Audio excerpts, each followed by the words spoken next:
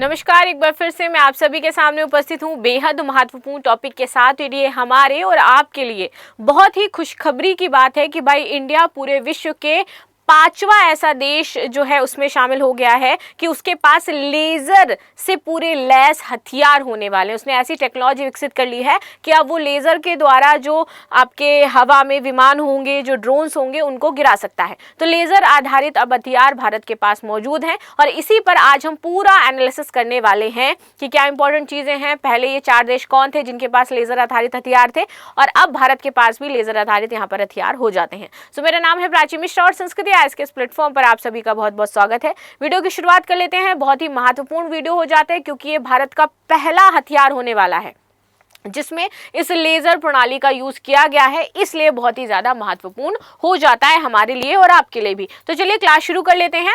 In a first India uses laser based weapon to shoot down aircraft, missiles and drones, join select list of countries that have capabilities. तो ये कौन सी countries है, चलो सबसे पहले तो इसी के बारे में बात करेंगे। तो अभी तक ये जो टेक्नोलॉजी थी लेजर हथियार से संबंधित, ये सिर्फ अमेरिका के पास थी, रूस के पास थी, चीन के पास थी और इजराइल के पास थी। अब इन 4 देशों की लिस्ट में 5वां देश हमारा भारत भी शामिल हो गया है कि हमारे पास भी लेजर लैस हथियार हो जाते हैं। तो चलिए बात करते हैं। तो हाल ही में भारत में 30 किलोवाट की लेजर आधारित निर्देशित ऊर्जा हथियार प्रणाली, जिसको शॉर्ट में अगर हम कहें तो ड्यू और फुल फॉर्म की अगर हम बात करें तो हो जाता है डायरेक्टेड एनर्जी वेपन, इसको हमने विकसित कर लिया है। What is called director energy weapon, याद रखिएगा, in short it is called due. ठीक है, ये फिक्स्ड विंग विमान, मिसाइल और झुंड ड्रोन जैसे जो हवाई खतरे हैं इनको बेअसर कर देगा। ये रक्षा अनुसंधान एवं विकास संगठन, जिसको हम डीआरडीओ कहते हैं, इसकी एक महत्वपूर्ण उपलब्धि है जो हासिल हुई है। चलिए आगे बात कर लेते हैं। यहाँ पर क्या है लेजर हथियार प्रणाली, जिसके बारे में बात कर रहे हैं। तो देखिए, लेजर हथियार प्रणाली अथवा निर्देशित ऊर्जा हथियार डायरेक्टेड एनर्जी वेपन एक उच्च प्रौद्योगिकी रक्षा प्रणाली हो जाती है। इसमें लक्ष्य को नष्ट करने हेतु प्रकाश की अत्यधिक केंद्रित और जो उच्च ऊर्जा वाली जो विकिरण है वो इसमें शामिल होती है, जिससे वो पूरी तरीके से क्या कर सकती है, जो आपके ड्रोन्स हैं, चाहे वो कोई एयरक्राफ्ट हो, उसको समाप्त कर सकती है। क्योंकि एक ही सेंटर पर अगर बहुत ज्यादा ऊर्जा आपकी लगाई जाएगी तो ऑफकोर्स वो क्या होगा, जलेगा, ब्लास्ट करेगा, फट जाएगा। तो ये वैसे ही प्रणाली विकसित करी गई है। आगे आते हैं। ये प्रणाली पारंपरिक गोला बारूद और विस्फोटक पर निर्भर नहीं होगी, बल्कि इसके संचालन के लिए विद्युत ऊर्जा की आवश्यकता होगी और एक बहुत ज्यादा हैवी लेजर आपका किसी पर्टिकुलर जगह पर आपका लगाया जाए और कंटिन्यू वहां पर हम बहुत जो तीव्र हो ऊष्मा उत्पन्न होगी, ऊर्जा उत्पन्न होगी, वो क्षेत्र क्या है, जल जाएगा। तो वैसे ही ये वर्क करता है, जिसमें ये प्रणाली तेज और कम लागत वाली, सटीक, पुनः उपयोग योग्य बन जाती है। लेजर किरण का प्रभाव लक्ष्य की सतह पर अत्यधिक तापमान उत्पन्न कर देता है और जब एक ही सेंटर पर बहुत ज्यादा तापमान कंटिन्यू आपका होगा तो वो क्या करने लगेगा, बर्न करने लगेगा, विस्फोट भी कर सकता है। तो वैसे ही काम करता है, जिससे या तो वो जल करके क्षतिग्रस्त हो जाता है अथवा उसकी संवेदनशील जो प्रणाली है वो विफल हो जाती है। ये तकनीक विशेष रूप से ड्रोन, मिसाइल और मानव रहित यानों जो यूएवीज हैं और अन्य जो हवाई खतरे हैं उनमें त्वरित रूप से प्रभावी होगी और उस पर प्रभावी ढंग से उसको निष्क्रिय भी कर पाएगी। ठीक है, आगे आ जाते हैं। प्रमुख विशेषताएं इसकी क्या हो जाती हैं। तो ये प्रकाश की गति से आपकी जो प्रतिक्रिया है वो करता है और जिसमें कोई बचाव का समय ही नहीं मिलता, यानी कि इतना त्वरित। बारूद या रॉकेट नहीं लगते, केवल ऊर्जा इसका स्रोत है।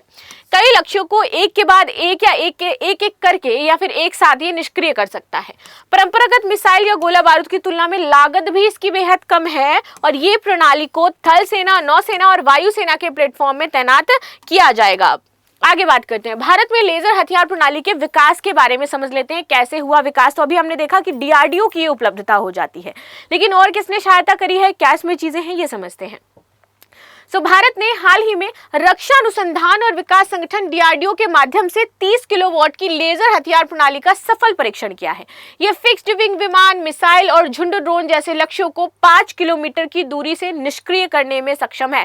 5 किलोमीटर की रेंज इसकी हो जाती है, इतनी दूरी से क्या कर सकता है, निष्क्रिय कर सकता है उसको।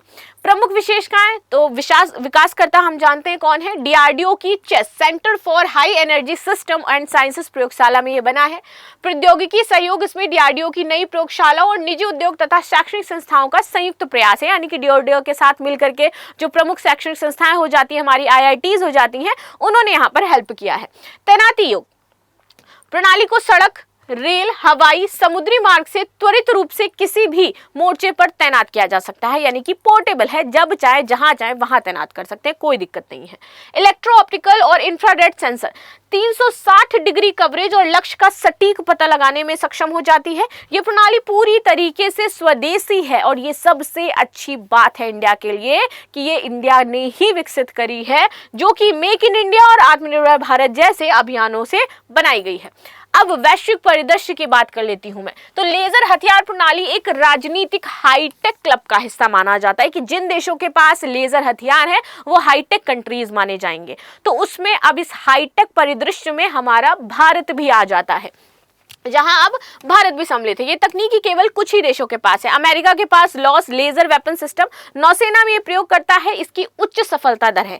चीन की बात करें, इसके पास साइलेंट हंटर है, विरोधी ड्रोन सिस्टम है और प्रचारित रूप से सक्षम हो जाता है ये। रूस की बात करें तो इसके पास प्रेसफिट है, जो कि मिसाइल सुरक्षा और अंतरिक्ष निगरानी करता है। इजराइल की बात करें, आयरन बीम है, यह आयरन डोम को लेजर संस्करण और परीक्षण के चरण में आपका है। भारत की बात करते हो, हमारे पास चेस ड्यू है और ये आप देखोगे कि सफल परीक्षण आगे के विकास हेतु आपका प्रयासरत है, क्योंकि हमने सफल परीक्षण इसका कर लिया है। सामरिक महत्व देख लेते हैं, तो देखो ड्रोन और झुंड हमलों से हमें ये रक्षा प्रदान करेगा। तेजी से जो बढ़ते आजकल जो युद्ध हो रहे हैं, सबसे ज्यादा उसमें यूज किसका होता है?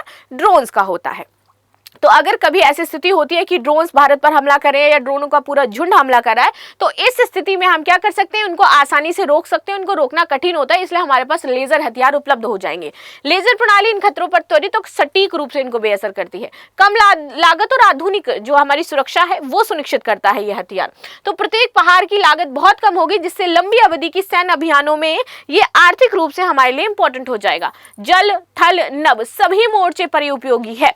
तो नौसेना के जहाजों पर तैनाती से समुद्री सुरक्षा को बल मिलेगा, जबकि जो सीमावर्ती क्षेत्र हमारे हो जाते हैं, अगर मैं बात करूं जो बॉर्डर एरियाज हैं, बाउंड्री एरियाज है, वहां पर इसको लगाएंगे। इससे त्वरित हमारी जो तैनाती है, हवाई सुरक्षा है, वो भी सुनिश्चित होगी। साइलेंट मारक है, आवाज नहीं करता है। तो लेजर किरणें निर्वात और अदृश्य होती हैं, जिससे विरोधी को चेतावनी दिए बिना हम उन पर हमला कर सकते हैं।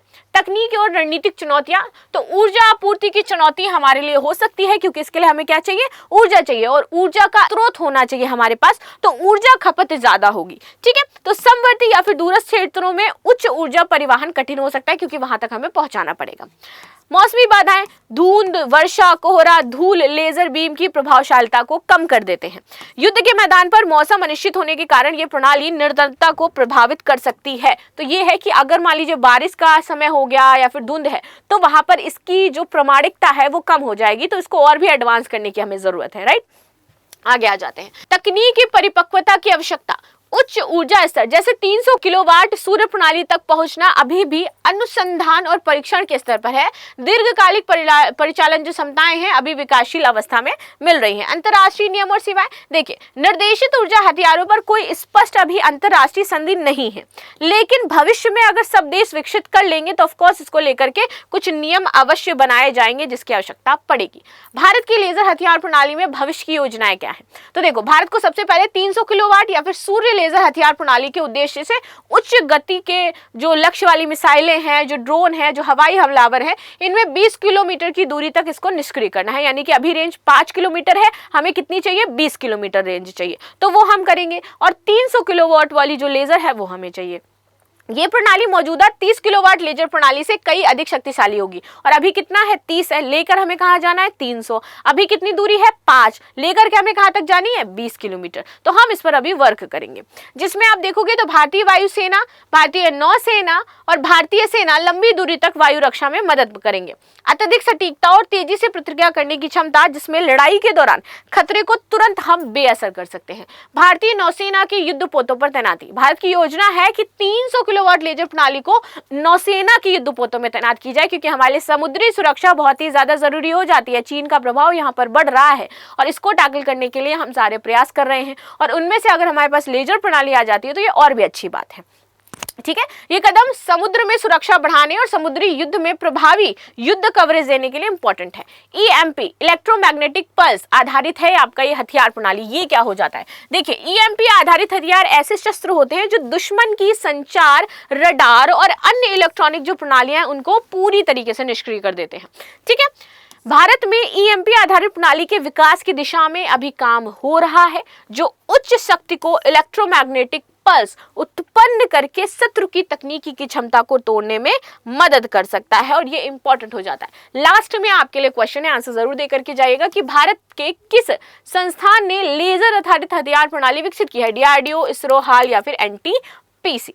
ठीक है, सो ये थी न्यूज जो हमने डिस्कस करी। बाकी आपकी क्या राय हो जाती है जरूर बताइएगा। मिलते हैं नेक्स्ट क्लास में, तब तक के लिए धन्यवाद। लाइक शेयर सब्सक्राइब करना बिल्कुल भी ना भूलें and thank you so much.